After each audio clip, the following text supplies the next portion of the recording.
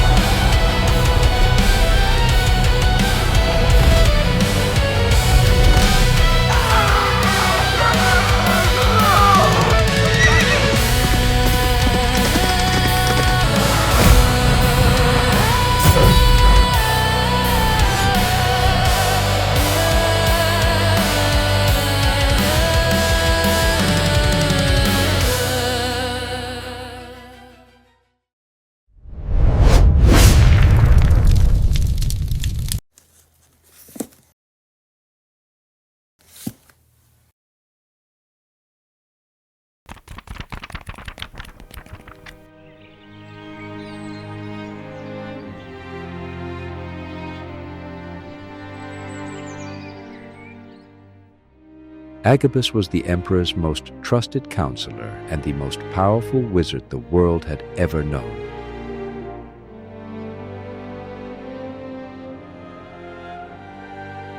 To the young mages, he is nothing less than a god. To the older, more experienced of his religion, he is their inspiration and the embodiment of their belief. To his enemies, he is their ruin. To his friends and allies, he is their hope.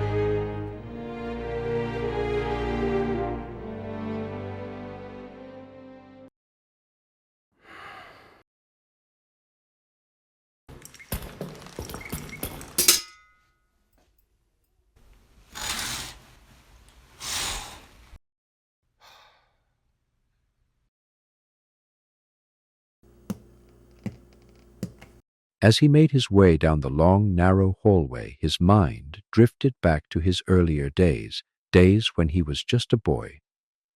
During his youth, he became enchanted by the powers of wizardry and spellcasting. The elder wizards were controlling powers and mastering spells that were once thought to be impossible. Forsaking his family's god, he determined within himself to master the arts of magic, and at the age of 23, shocked the known world by becoming the youngest wizard to achieve the level of Grand Master. His fame spread throughout the land until his reputation reached Mediterane, the beloved city of High, where he was summoned by the new emperor to serve on his council. Those were difficult times for the empire. A treacherous emperor caused much distress throughout Mediterane, and all the land suffered under his reign. When he died, his son, Prince Boran, succeeded him on the throne. He was not like his father. Boran was a good man, kind and true, but greedy men who sought the throne for themselves used the days of oppression as cause to make war with the young ruler. Many of the oppressed, ignorant to the truth, rallied to the rebellion. Traitorous generals lined their armies against generals faithful to the crown. Governors and nobles sold their allegiance from day to day to the highest bidder. Cities were torn apart by those who stood with the emperor and those who rushed to the rebellion. Civil war broke out, and great was the rebellion that rose up against the young emperor. Those were perilous times and troubled days, and in the years that followed, it was chaos that ruled Mediterane, and fear was the plague that infected the people. Many wizards were ordered into service to aid the emperor, but most found their place with the rebellion instead. Agabus, however, remained faithful to his heart and stood to be counted with his new leader. The old wizard became captive to his thoughts as his feelings began to fuel his memories of battles won and lost, of towns burning and of screams of the young and defenseless echoing in the night. He was never able to see them, but they always haunted his late-night dreams. Then there was the final battle.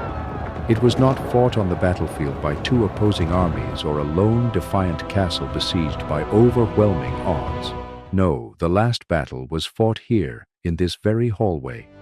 After all the great battles had been decided, after mighty heroes and countless wizards had fallen, victory for the Emperor was declared.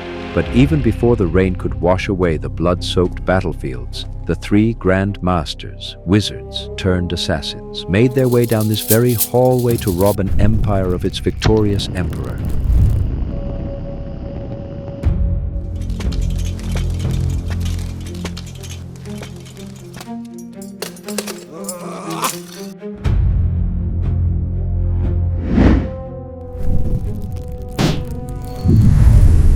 No sword could touch them, no spear could reach them.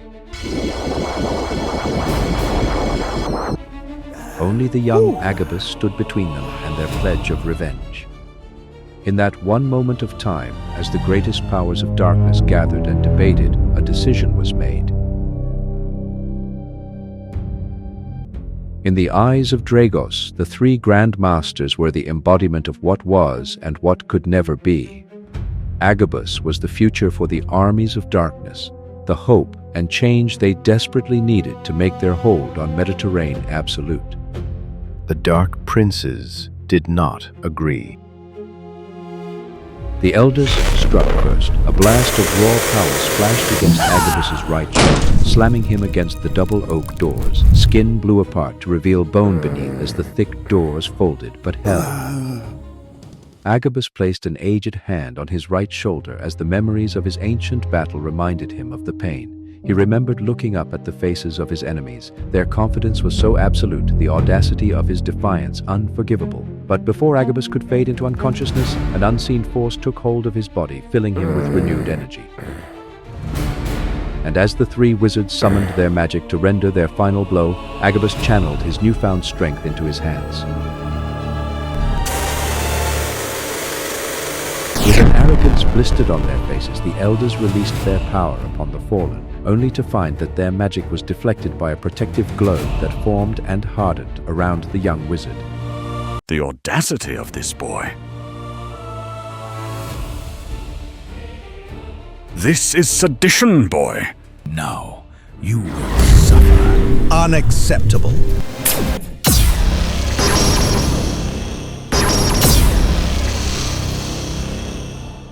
Whew! Now it's my turn.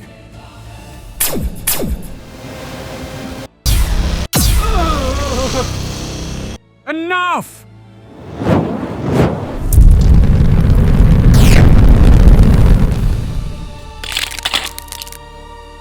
Excellent. The globe is cracked. The young wizard threw a quick fire spell that the elder wizards managed to defend easily enough. He then threw a cloud of acid, a slow liquid spell, and a dark spell he tossed onto the wall that scampered its way towards them. The elder wizards were able to counter the acid spell. They managed to stop the liquid spell as it splashed at their feet, and was able to work together to defeat the dark spell. But when Agabus pulled a massive stone from the floor and threw it at the wizards, he was able to crush them with its weight. Or so he thought. You're going to need to do better than that to stop us, boy.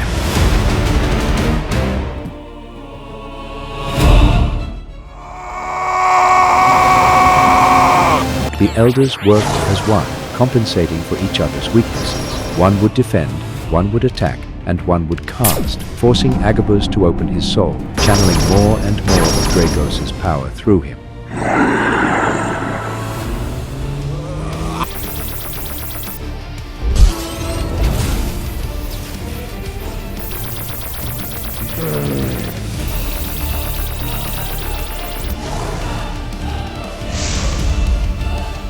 Wizards are nothing more than a conduit, a gateway that allows a demon to transform his powers from the spiritual realm to the natural, and Agabus was calling for such powers that made Dragos wonder how much more the human could withstand.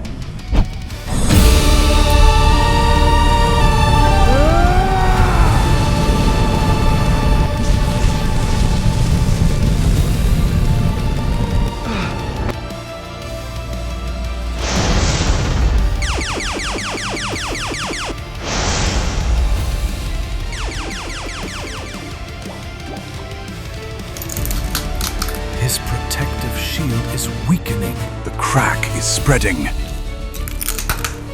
Dark, back, Benaha! Now you will feel the power. The elder wizard stepped forward and brought his magic down upon the cracked globe as it exploded. The old wizard paid for his success as the explosion launched his body back down the hallway, bouncing him to a stop. Now without his protective globe to defend him, the two standing elders stepped up their attack with renewed hope, forcing Agabus now to focus all of his efforts on defending every attack.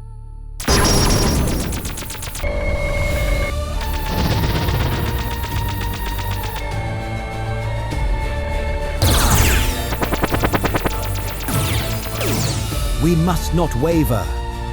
Now is our chance.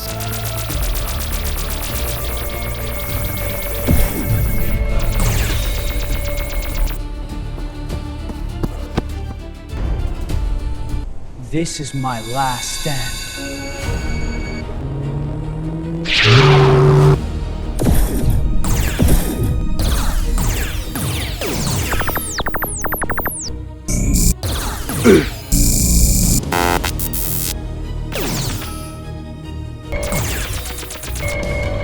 During the weight and pressures of their attacks, an angel of death moved close, watching each spell cast.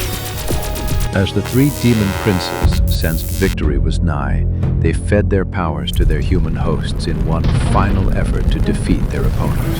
Finish him now! With an outstretched hand, the angel was ready to touch the young wizard at his first failed cast. At that moment, however, Agabus achieved something that was unbelievable and unattainable before that day. A level of power that had never been touched since. A standard of magic by which all magic is now measured. Somehow, during the throes of magic, Agabus began casting two separate spells at the same time. Not even the demon lords knew such a thing was humanly possible as they stood in wonder and awe. Though the protective globe was gone, Agabus no longer needed it. In a continuous, unstoppable flow of spells cast from both hands, the three wizards had no choice but to shift all their efforts to defense.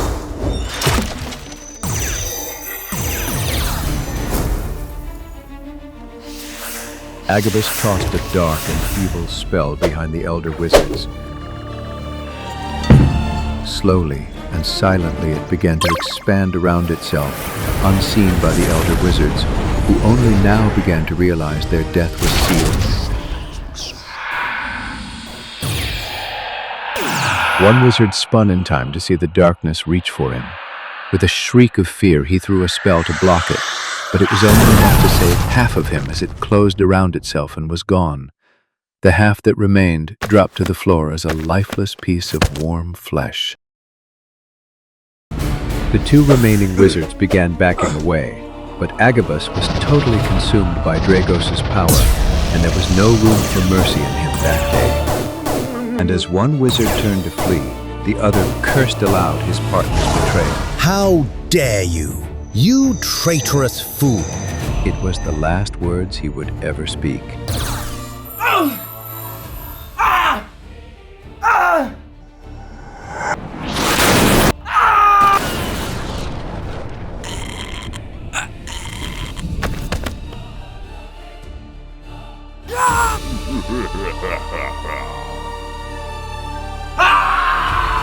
Yes. As the last of the elders collapsed to the ground, screaming in burning agony, Agabus labored now to release the power within him.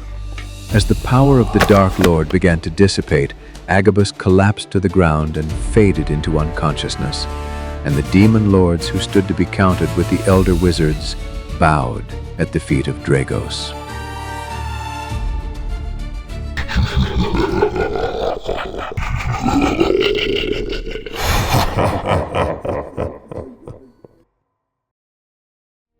Agabus slept for days. When he finally woke, he and he alone claimed the right of High Archmage and took his place at the Emperor's side, where he has served to this day.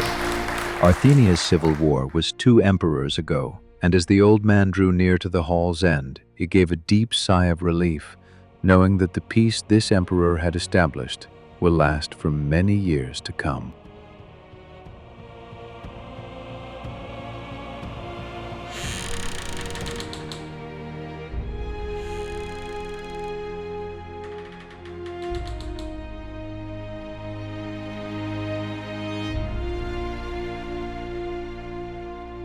Both guards stood at attention to honor the great Agabus as the aged wizard passed by, then pulled the doors shut behind him as their emperor waited for him with a burdened crown.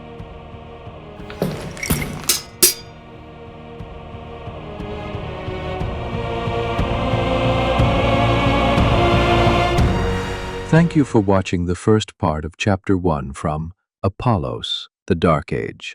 If you have enjoyed this content, please like and subscribe.